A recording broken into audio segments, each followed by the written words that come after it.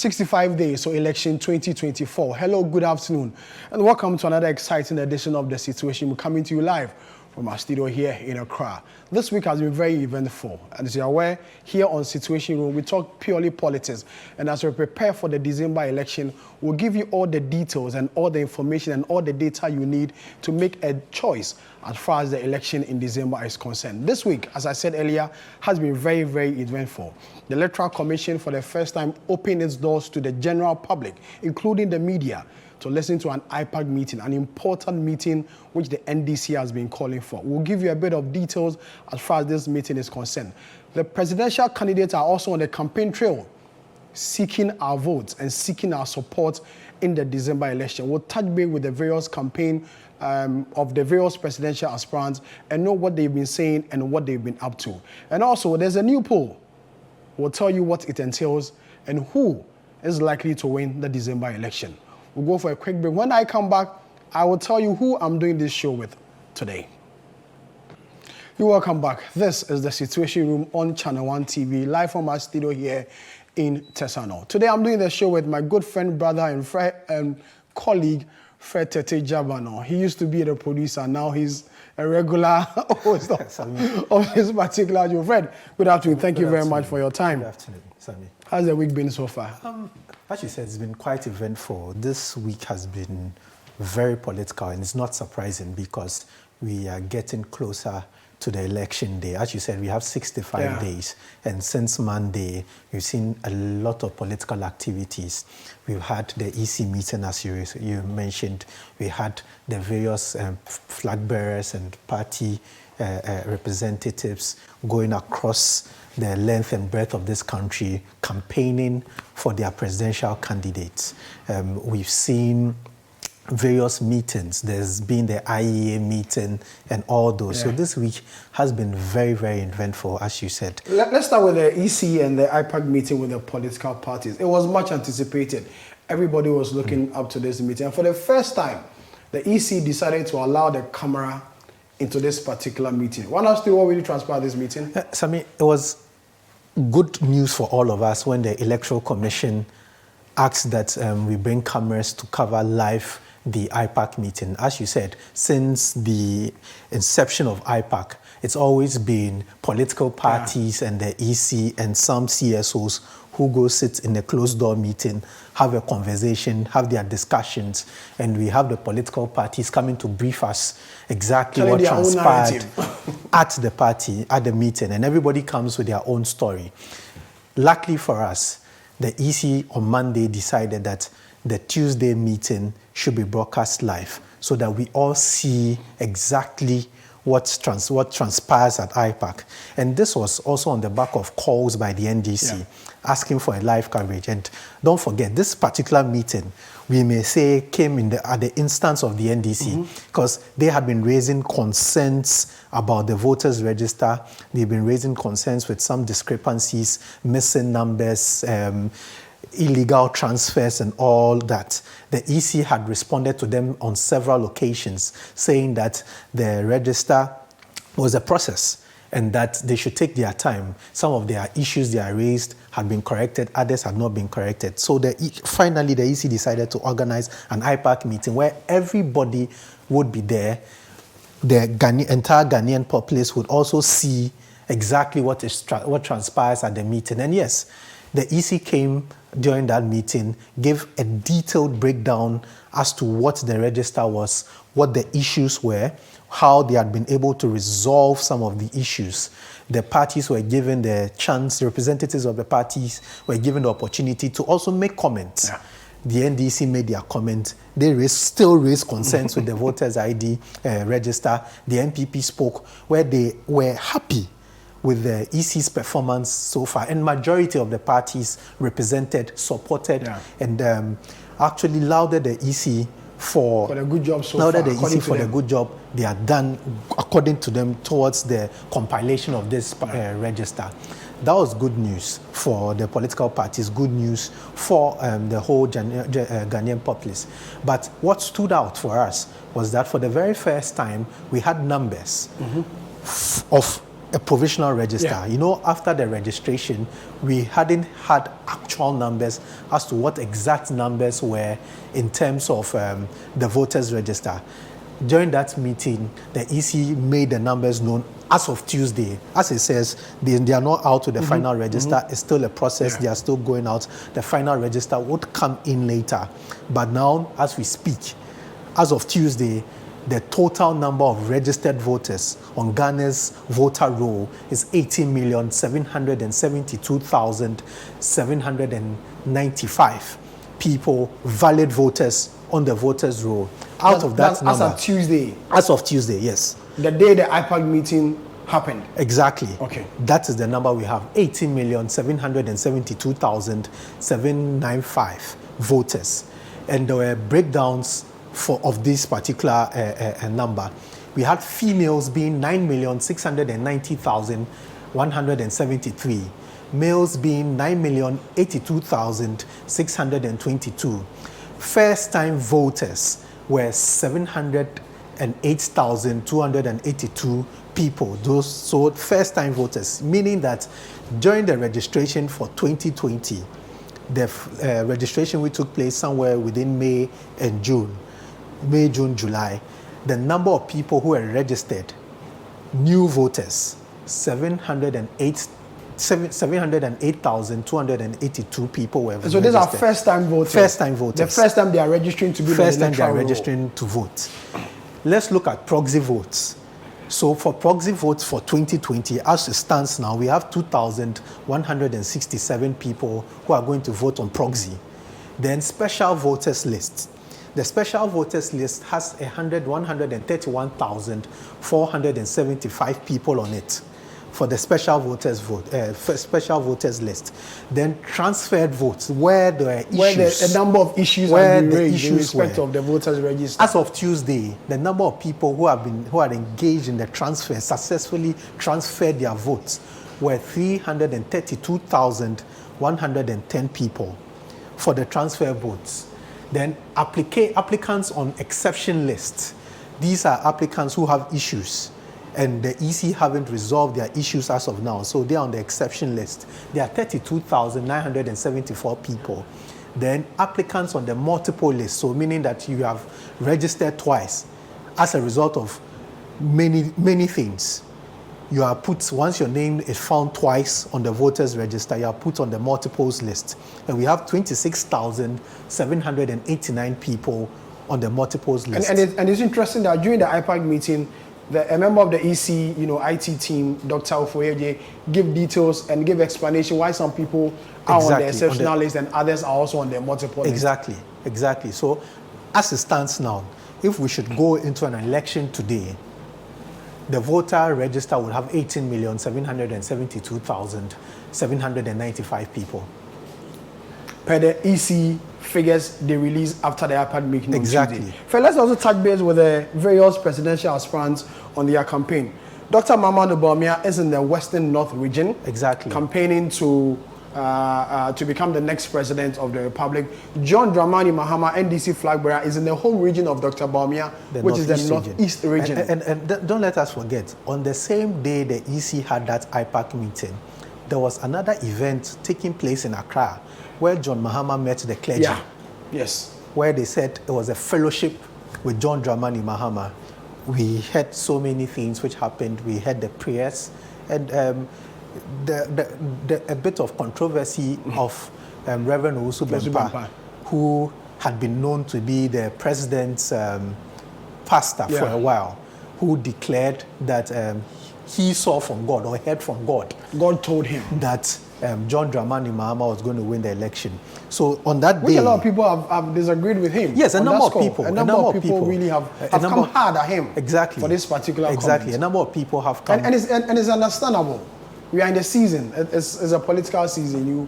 You expect some of these individuals to come after him, because previously he had made predictions for the MPP, and a lot of people thought he was an MPP pastor.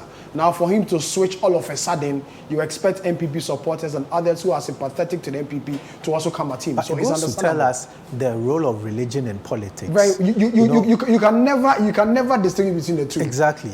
the role of religion and politics. We are very religious as Ghanaians. As a country, yes. And we tend to sometimes put our religion and mix our religion with our politics. Whether it really goes deep into our politics and affects our elections and voting patterns, that we are yet to see. So far, there's not been any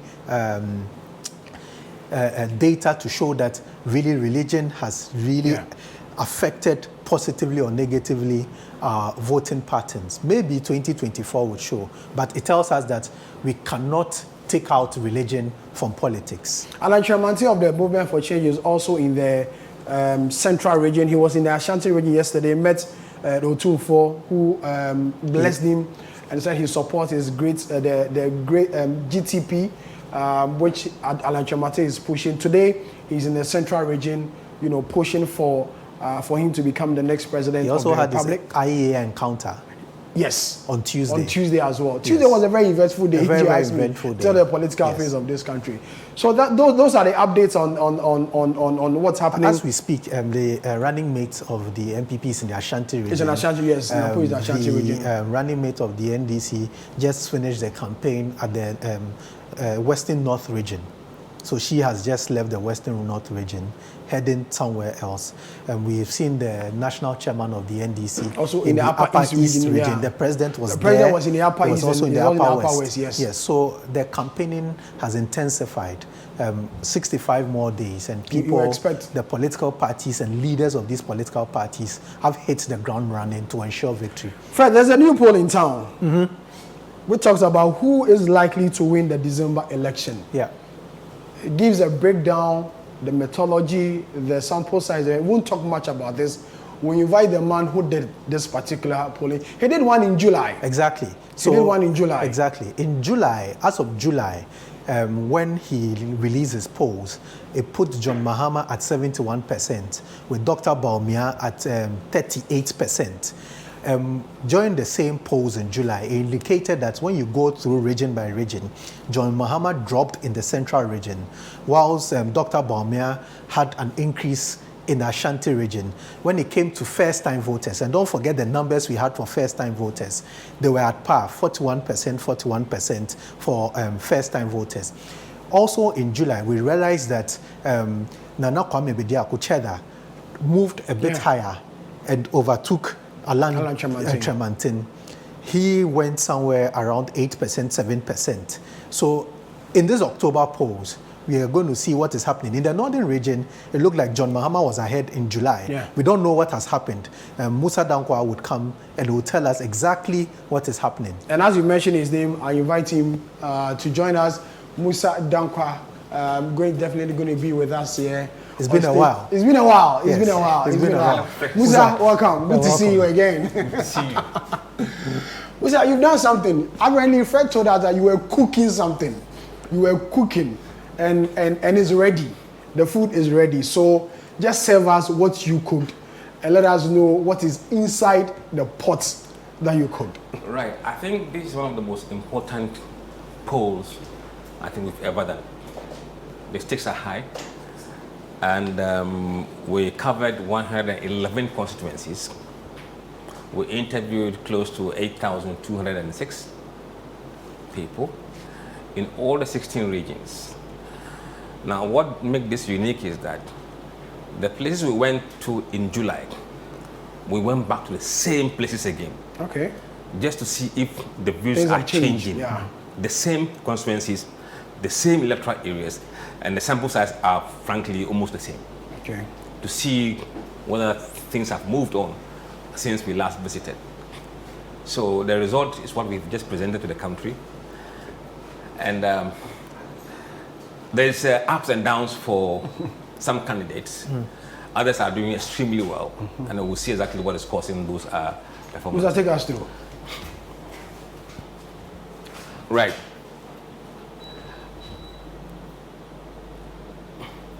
I wouldn't bother with this summary. Yeah, yes. Just go to the charts quickly.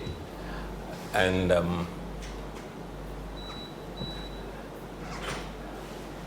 okay, methodology. Okay. Okay, this is the regional sample allocation. So you can see that Greater Accra has 1,612 interviews because it's the largest region with the largest voting population. Then Ashanti region, 1,373.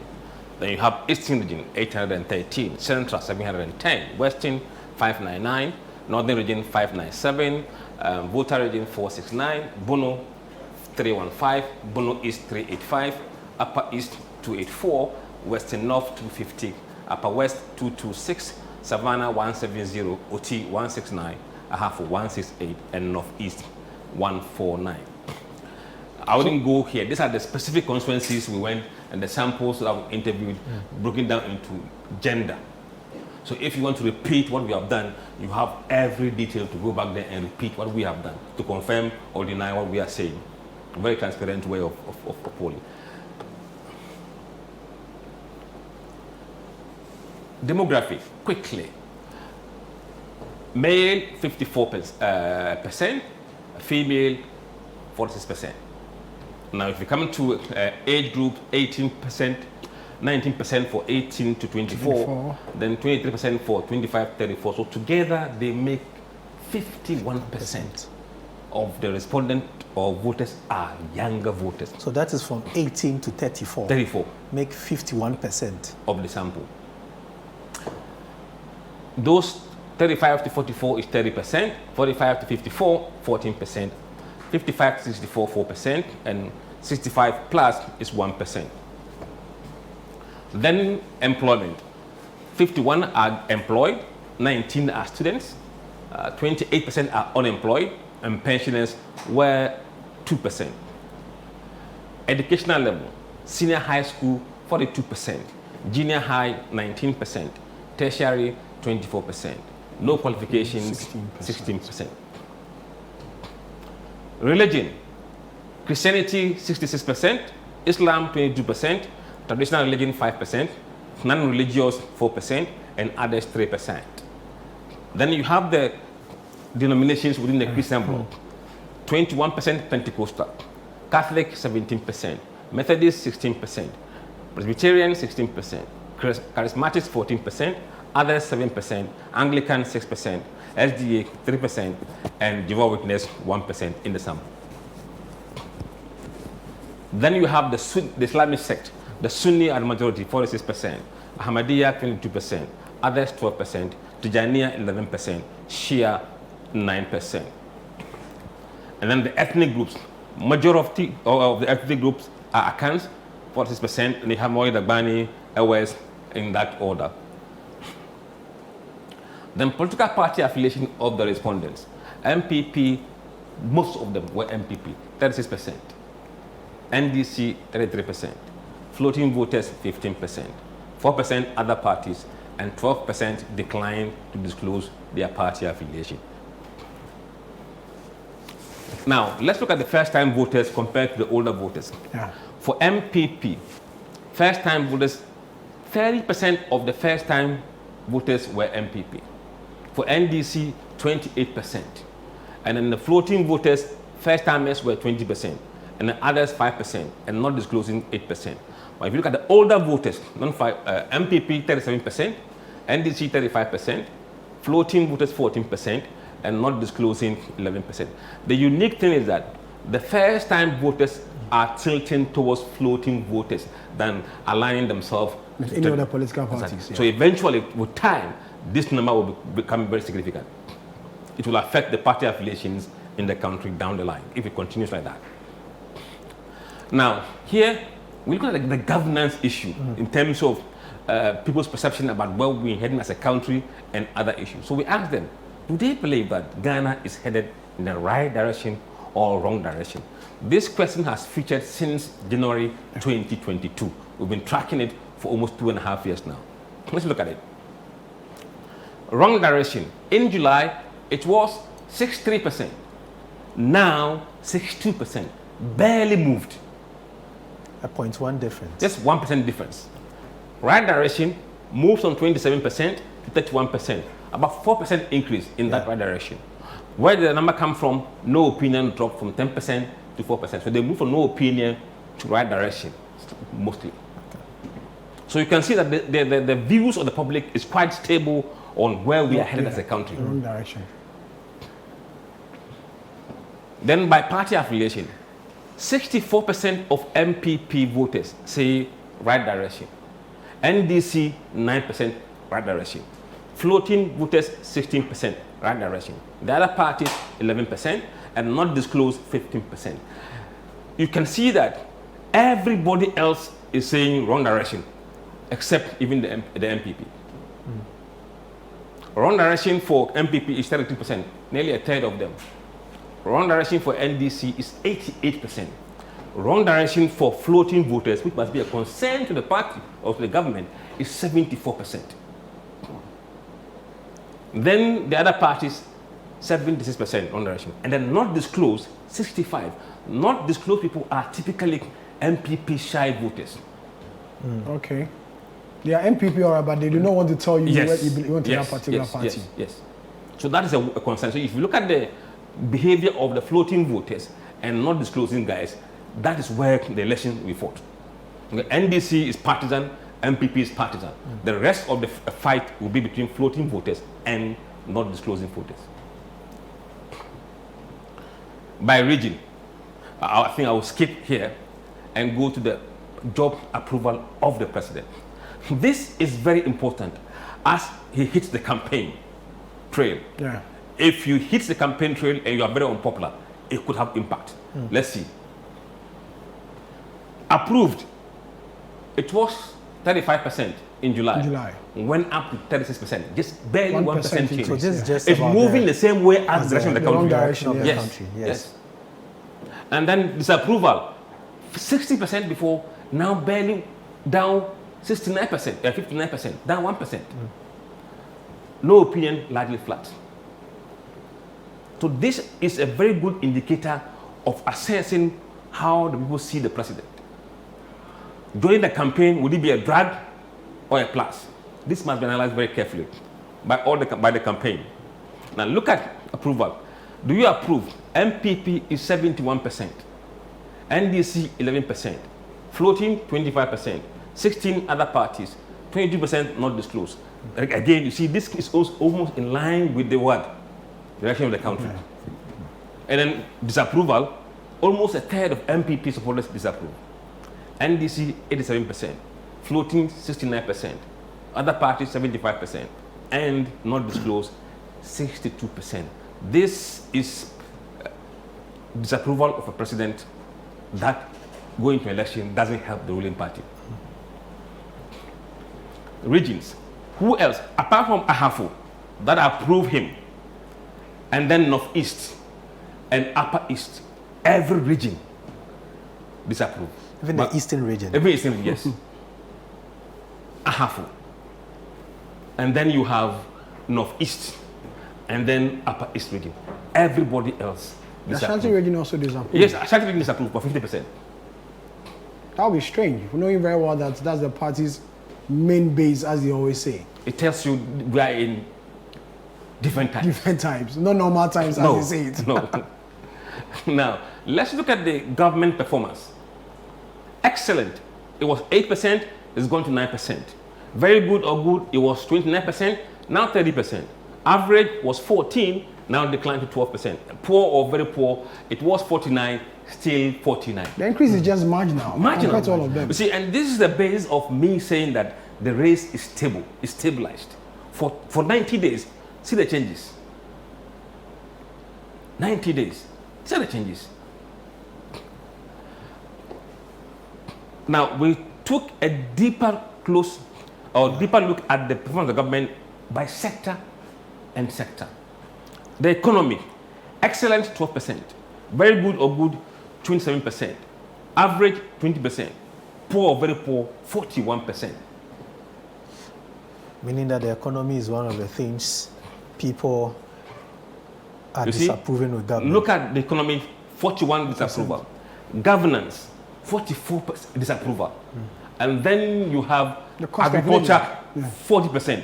The inflation, 56% cost of living. So it looks like this year the major areas people will be looking out for is cost of living, the economy.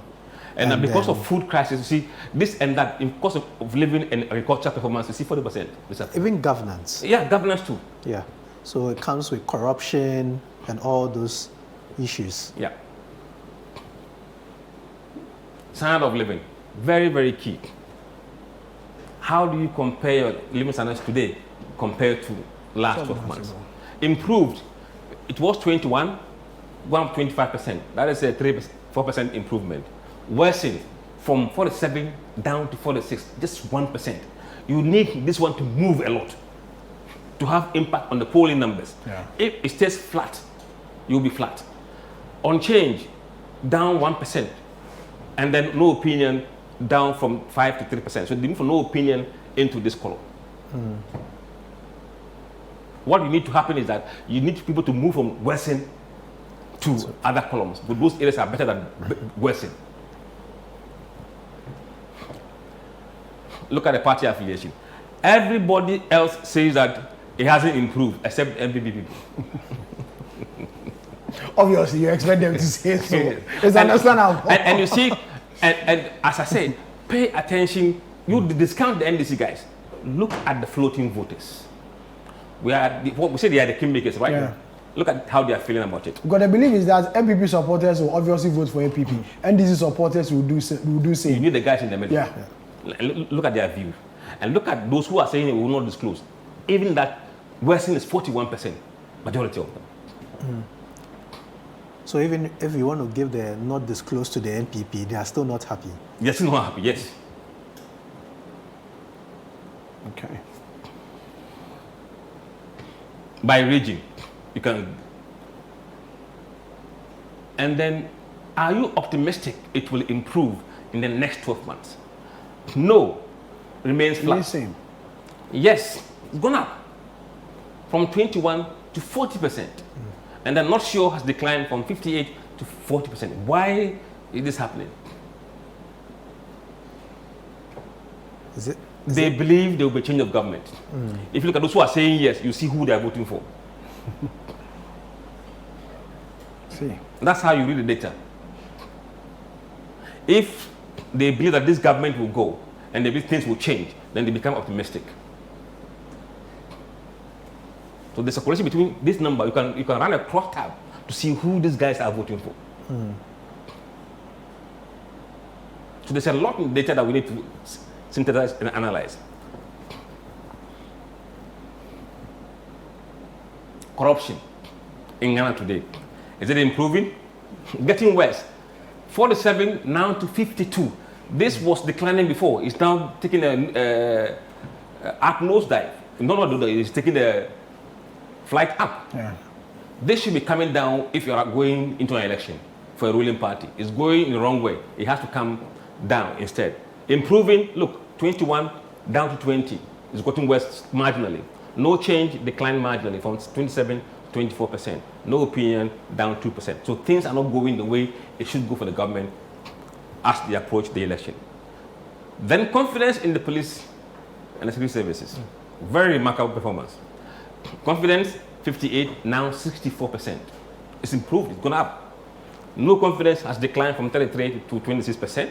No opinion from 9 to 10%. So the police is on the right trajectory as far as confidence is concerned. EC, I think this will shock you. Confidence in EC has actually gone up. Okay. That's 60%. By 7 points, yes. Yeah. From 53 to 60%. And then no confidence has declined from 38 to 33%. No opinion, 9 to 7%. Sometimes it's not what we hear in the vibe that actually is the true reflection of the situation on the ground. Data will not deceive you. That's very interesting to hear because on the back of, all the criticism, audit, forensic audit, and the rest, and people still have confidence in the EC. That's remarkable to hear. This is also coming after or before the meeting, the IPAC meeting. Yeah. It was before the IPAC meeting. So if this was taken after the IPAC meeting. You see, when the issues cropped up, yeah. I think EC took some steps. Some people were arrested. Some, there were some steps that they took. The Pusiga officer in the exactly. So rest, they felt, okay, they are taking steps to correct whatever may have gone wrong. I think those kind of steps probably help them to boost their confidence. That's interesting. Galamsey menace, very interesting, topical issue now. Look, government must listen to this. 47% of voters want total ban of Galamsey. So when we say Galamsey, are we looking illegal at mining? illegal mining, yes. I'm talking about those who are doing small scale mining. So yeah. this is purely illegal yeah, mining. Galamsey, the word Galamsey. Yes. 42% want a temporary ban and then fix the issue. So if you add them, 89% of voters. So if you are a government and you ignore this data, it could come back and haunt you. And that's why the small ones about this Galamsey labor union going on strike, they must heed carefully. Don't ban, 6%. No opinion. So there's a national consensus against some radical action. You can't ignore it. And this may have an impact during the election. Yes. Look, how likely is Galamsey going to influence your vote? Likely, 43%. Neutral, 19%. Unlikely, 38%. By a slim majority. But this is not a margin you should ignore. This is quite interesting. You know, yesterday there was a story about the Asante Akim MP who indicated that the difficulty in dealing with Galamsey was because there was the fear of losing votes the election, within those constituencies.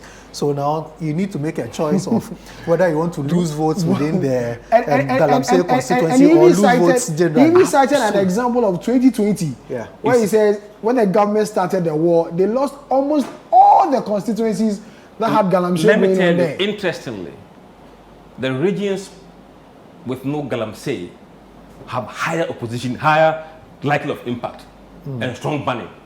And the regions with Galamsey are much more lower. So you can see that the rest of the country are scared about the impact of the Galamsey than those guys living in the Galamsey regions. For them, they'll tell you it's creating employment for them. Absolutely. So what you could have is that the consequence of this in terms of election is that you could retain those mining seats, but the ripple effect nationally could drain you down and could really scatter you nationally. And that's what you have to, it's a balance. Which one is more? So that's the choice that you have to make. Do you want to appease small electoral constituencies or the whole country? It's a choice. Then we ask them this question. It's been going on. Dr. Bawud Bawumia says he is just the driver's mate and that he cannot be blamed for the current economic crisis as a mate. Do you agree with this statement from the Vice President? No, 59%. Yes, 32%. 9%, no opinion. I think this must be a lesson. So for them, they feel he must be a part of what is happening and he must take a blame one way or the other for it. But then the counter argument from others will also be no, we're not arguing, this is the voters. I'm just making a generic statement based on a number of things that have come up. You have a choice. Listen to voters, listen to experts. Okay. So this is just about collective responsibility. Absolutely. Yeah. Election violence. How concerned are you about election violence? Extremely concerned, 29%. Moderately concerned, 17%. Slightly concerned, 17%. Somewhat concerned, 21%. Not concerned at all, 15%. So somehow, over 85% of voters have some sort of concern for election violence. Interesting, Musa. So what's the next slide? I think we should probably go to quickly, manifesto. Which of the manifestos is popular among voters? MPP is plus 6%. NDC plus 14%. Allen Plan minus 37%. So NDC manifesto is most popular among voters. Key question. Which of the following will have greater influence on how you vote in the 2024 elections? Is it economic condition that you're currently facing? Is it the past performance of the party? Is it credibility of the candidate? Is it manifestos or Galamsey or what? 55% of the issues people mention, current economic condition, will determine how they vote. 40% said the past performance of the political parties when they were in government or they are in government. 34% the credibility of the candidate. 28 party manifesto. Galamsey 9%. And other reasons for factors 8%. Interesting. Musa, just pause there. We'll go for a quick break. When we come back, we'll continue. Still watching the situation. We're coming to you live from our studio here in Accra. Musa Dankwa has just worked out something as far as the polling is concerned for the December election, the October edition. He's just taking us through what the polling is talking about. We'll go for a quick break. When we come back, he'll continue the analysis. You're still watching the situation. We're coming to you live from our studio here in Accra, and this is ChannelOne TV. Musa Dankwa is taking us through his latest poll, October 2024 one. As you're aware, just 65 days to the December election. He's done some work. He's taking us through. For Jabano and I are here, and Musa is just taking us through the data. So Musa, the next one is key election issues. Yes. What is going to drive people to vote come December 7th? Yes. Yes. Okay, take us through that. Number one issue is economy. Obviously. Always Obviously. Economy. For 2.5 years, it has been the economy. Then jobs, 62%. Education, 48%. Healthcare, 25%. Roads, 24%. Taxes, 20%. Corruption, 18%. Petrol prices, 18%, and so on and so forth. So the key issues really, like the top three here. But Musa, in your last poll, it looked like jobs had the highest. Sometimes in the tip, I think the last one was still economy, but the gap between economy and job was just about 2 points. Okay. So the last education came before jobs. No, The last one, yeah. You see, this number is national, but if you look at it regional level, this position could change. Okay. If you go to Buno, I have a region, education is normally top. Yeah. So it moves depending upon which region you are. But nationally, this is what we have. We ask them, we go beyond just who would you vote for, to go into their minds and their personal feeling for candidates. So we ask them, which of the following candidates do you believe understands and cares for people like you? This is more important than who would you vote for. Why? Because when they tell you this, you know where they are going. Exactly. It's a personal connection Yeah. between him and the person he wants to vote for. Sometimes you may have personal connection, but say, maybe he won't win, so I won't vote for him. So you have this kind of, but mostly, that is how they will vote. Look, Mahama, 44%. Baumia, 37%. Alan, 4%. Bediako, 6%. Someone else, 2%. None of them, 8%. But this none of the guys, eventually they will make a decision. They will choose between the one they slightly feel. Yeah. Because on the ballot, we don't have none of them. There are people. You must make a choice. And then you go ahead and ask them again. Who has the competence, experience, and the track record to better manage the current economic crisis if elected? Here, they have to look at experience. What you can do, what you have done, what you have done. And this is what they think. Mahama, 4-6. Baumia, 36. Alan, 4. Bediako, 5. Someone else, 2. None of them, 7%. Here, you are trying to triangulate to see whether they will make a sensible choice or not a rational choice when you ask them who would you vote for. It gives you a chance to see those who may be, doing some tricks or may not have a choice, but they'll be forced to make a choice. And then we ask them, now, which of the following candidates do you trust to keep Ghana safe and bring people together after the elections? Mahama, 49. Baumia, 40. Alan, 6%. Bediako, 5%. You've seen that throughout, Baumia hasn't crossed 40% in any of those questions. Yeah. Watch out. It's very important. Except when we ask them, keeping the country together, and we gave them only 4 choices to make it from. Then at that point, went to 40%. Then we ask them, if the elections were held today, who would you vote for? Mahama, 49.3% on what we call likely voters unweighted. Bawumia 35.9%. Alan 3.9%. Bediakun 6%. Kofi Akpalu 0.1%. Christian Kwabena Andrew 0.3%. Asana Yarega 0.2%. Chumberima 0. Nana Akusia Kumankuma 0.3%. GFP Kedonko 0.2%. Danlati 0%. Mohammed Frimpong 0%. Kofi Kuranting 0.1%. And 3.5% said they are undecided. We don't have a lot of people undecided. They are very small. 3.5 by this poll. Now, when we wait the likelihood and pull this up, you see that Muhammad is 49, 36, Alan 4, 6, 1%, and then nearly 4% undecided. So when we remove all the names and consolidate them to make the chart tidy, this is what you have. Then the almighty question: committed voters, those who said they will vote for Mr. A or Mr. B, taking away the those who are undecided. On that basis, Muhammad is 51.1, Bawumia 37.7, Alan 4.1, Kwame Bediakun 6.2, others 1.3. This is the current state of the race, plus or minus the margin of error.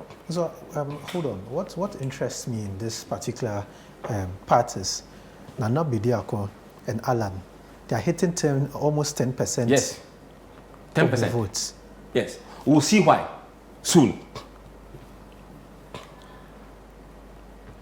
Now, you see, when you do a poll in a single period, it tends to pick up some noises that may be happening around the country, and those numbers may not stabilize for long. May not stay stable for that long time. So, ideally, if you've been doing this for several times, you find the average of the polls you have done.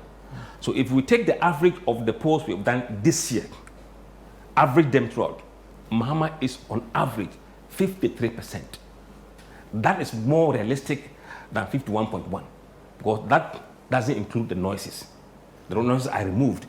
Bawumia 36, Alan 7%, Bediakun 3%, and 1% others. You can see that here Alan is higher than Bediakun because it has taken away the sudden spike in Bediakun's numbers we saw in the last month and smoothing it up. If he continues to rise, then you see it appearing again, going up in the next poll. Now, let's see what happened. This is where the story is. In July, Muhammad was 51.1. It's still 51.15, just 0.05% increase, barely unchanged. Bawumia was 38.2%, now 37.25, down 0.95%, nearly 1%. Alan was on 5.3, is now down 4.07, down 1.23. Bediakun 4.6, now 6.23%. You see, to go up by 2% in a period is quite huge. What do you think is accounting for Yeah, that? because he keeps pushing his numbers. We will see. And then, now let's look at it. Party affiliation. Those who say they are MPP or NDC, how are they voting? How have they moved? In July, NDC voting Muhammad was 95%. Now, 96%. It's gone up 1%. MPP voting for Muhammad, they were 8% before, now 7%, down 1%. Floating voters for Muhammad was 55, now 54, down 1%. Then other parties, Muhammad, 8% before, now 5%, down 3%. Not disclosed, he was 41, now 51, plus 10%. Now let's look at Bawumia. What happened to him? July, NDC voting for Bawumia, 3%. October, the same 3%, zero, flat. MPP doing Bawumia was 88, now 89%, up 1%. MPP, floating voters voting for Bawumia, it was 23%, now down 21. He's losing grounds among floating voters. That must be worrying. And then among those who support other parties, he was 6% before, now 7%, up 1. This is another problem. Among those who don't disclose, the disgruntled MPP guys, he was 33%, now 21%, down 12%. That is huge. Now let's go to Alan and Bediakun and see where they are gaining the numbers from. Alan, NDC doing Alan has not changed. 0%. MPP voting for Alan, the same percent, 2%, has not changed. Floating doing Alan has gone down 1%. And then others doing Alan has gone down 11%. And then not disclosed doing Alan has declined from 12 to 9%, down 3%. Look at Bediakun. NDC voting for Bediakun has not changed. MPP Bediakun has not changed.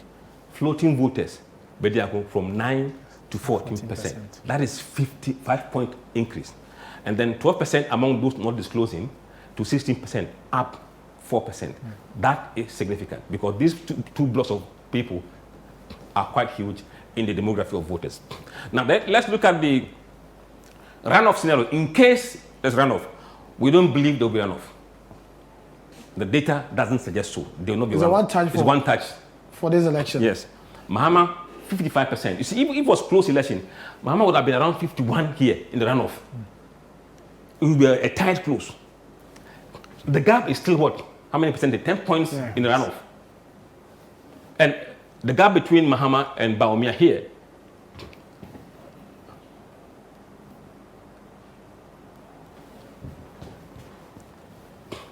look at the gap. Yeah, same, understand, Or 10. Yeah, so this gap is not creating runoff. And the runoff for Bawumia is that he should hope that Alan or Bediakun rise in the poll goes to affect Mahama. But when they rise, these two, they are draining blood from Bawumia.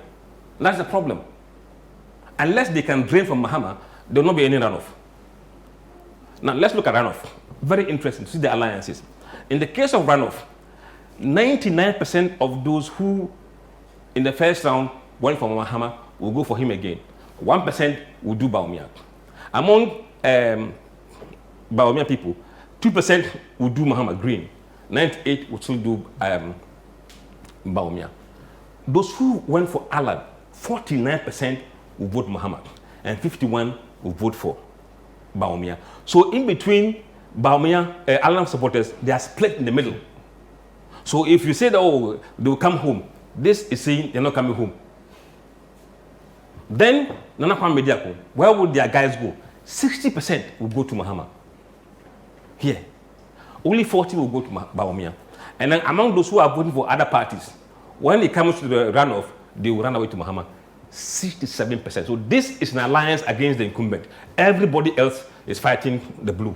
So in the event of the runoff, Alan and Nana Kwame Bediakun may be the kingmakers. They may decide who really is going to win the election. If they have, yes.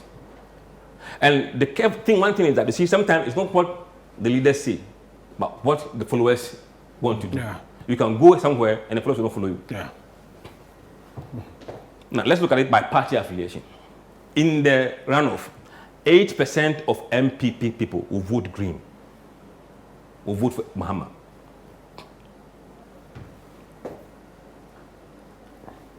%92% of MPP will do Bawumia. For NDC, 97% Mahama, 3% Bawumia. So 3 minus 8 is plus 5 for Mahama advantage. Look at the floating voters. It is really not. 72% of floating voters are voting for Mahama in runoff. And the other parties, 44%. Look at the, I will not disclose people. These are disgruntled MPP guys. They're not coming home. 69% Mahama, 31% Bawumia. Key demography. I'm not going to spend time on the women or the gender, but I'll look at the age group, which is very interesting. Yeah. And I'll go to the changes, not to the numbers. Among 18 to 24, Mahama is up 6%, Bawumia down 4%. So Bawumia is losing ground among the younger voters. Those you may call first-time voters? Yes. And that's about almost 700,000. Yes, he's losing ground in there. And look at Bediakun. He was flat there, but he was up 3% among the 25-34. So among the demography, this block is quite key. Now let's look at education, which is very interesting. DMB has always led among those with degrees. From July, that number has been reversing. Now Mahama lead among people with degrees, 48%, 38%. Mahama leads among junior high school, 51, 39. Among those who enjoy senior high school or whatever it is, Bahama is leading 47, 42. And no education, Bahama 55, Bahama 34. Look at the junior high for the Nakwam Bediaku. Look, 5%, 6%, 8% among people with degrees. This is not normal election. Let's look at another demographic that is quite interesting. Religion. I'll go to the movement in the religion over the period. Muhammad is down 1% among Christians. Bahama is up 1.2. Alan is down 1.8. Bediaku is up 1.6. Among Islam, Muhammad is up 2.7. Bahama down 3.5. And then among traditional religion, Muhammad is down 6%. Bahama is up 4.1. You know what happened here? Can we relate this to especially the traditional one? The last pictures and interaction we saw with Baumia going to the Baumia shrine. Going. It gained him 6%, 4%, but it cost him hugely, 3.5 among Muslims. On social media, this was an issue. And I said this will never go down in the poll. And lo and behold, it is showing. Now, you can see it better in this way. For example, among the Muslim sect. Here. This block, Tijaniya block, they have been one of the highest Baum's core supporters. He has lost almost 17% in the period. This is not a normal drop in polling. If you see such a big drop, it's an event that may have caused it. Look, he is down among the Sunnis 5%, down among Shia 7.5, down heavily among Tijaniya 16.9. He only made gain in the Ahmadiyya group.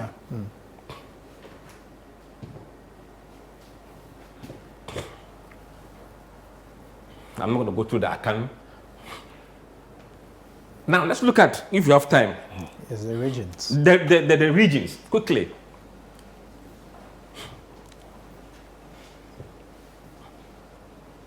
Yeah, here. I'll focus just between two main candidates and there's few regions. Yeah. Let's look at Ashanti region. Yeah. Mahama 21.8, he goes to 22.3, barely 0.5 change. Baumia 65.6, he goes to 66.2, barely no change.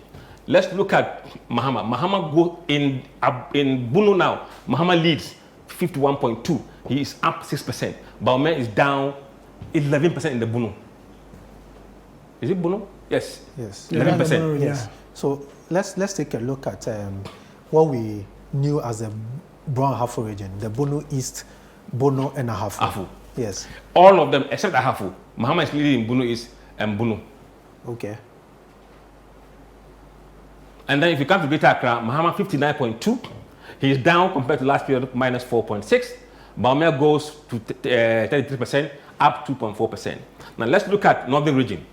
54% for Mahama before, now 65%, up 11. Baumia down almost 14% in Northern region. If you come to Western region, Bahama down 49, down 1.7. Baumia up 38, up 2.9%. Now let's look at Alan and Bediaku, where they are hitting most.